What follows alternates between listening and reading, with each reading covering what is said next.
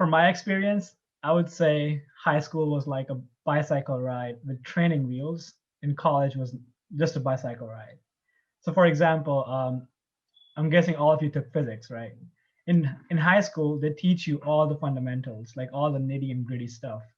But in college, like even though it's a 101 physics 101 class, they assume that you know most of the stuff.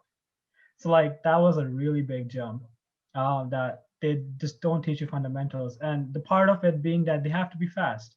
Like physics in high school is 1 year, in college is like 5 months, and with like two classes per week.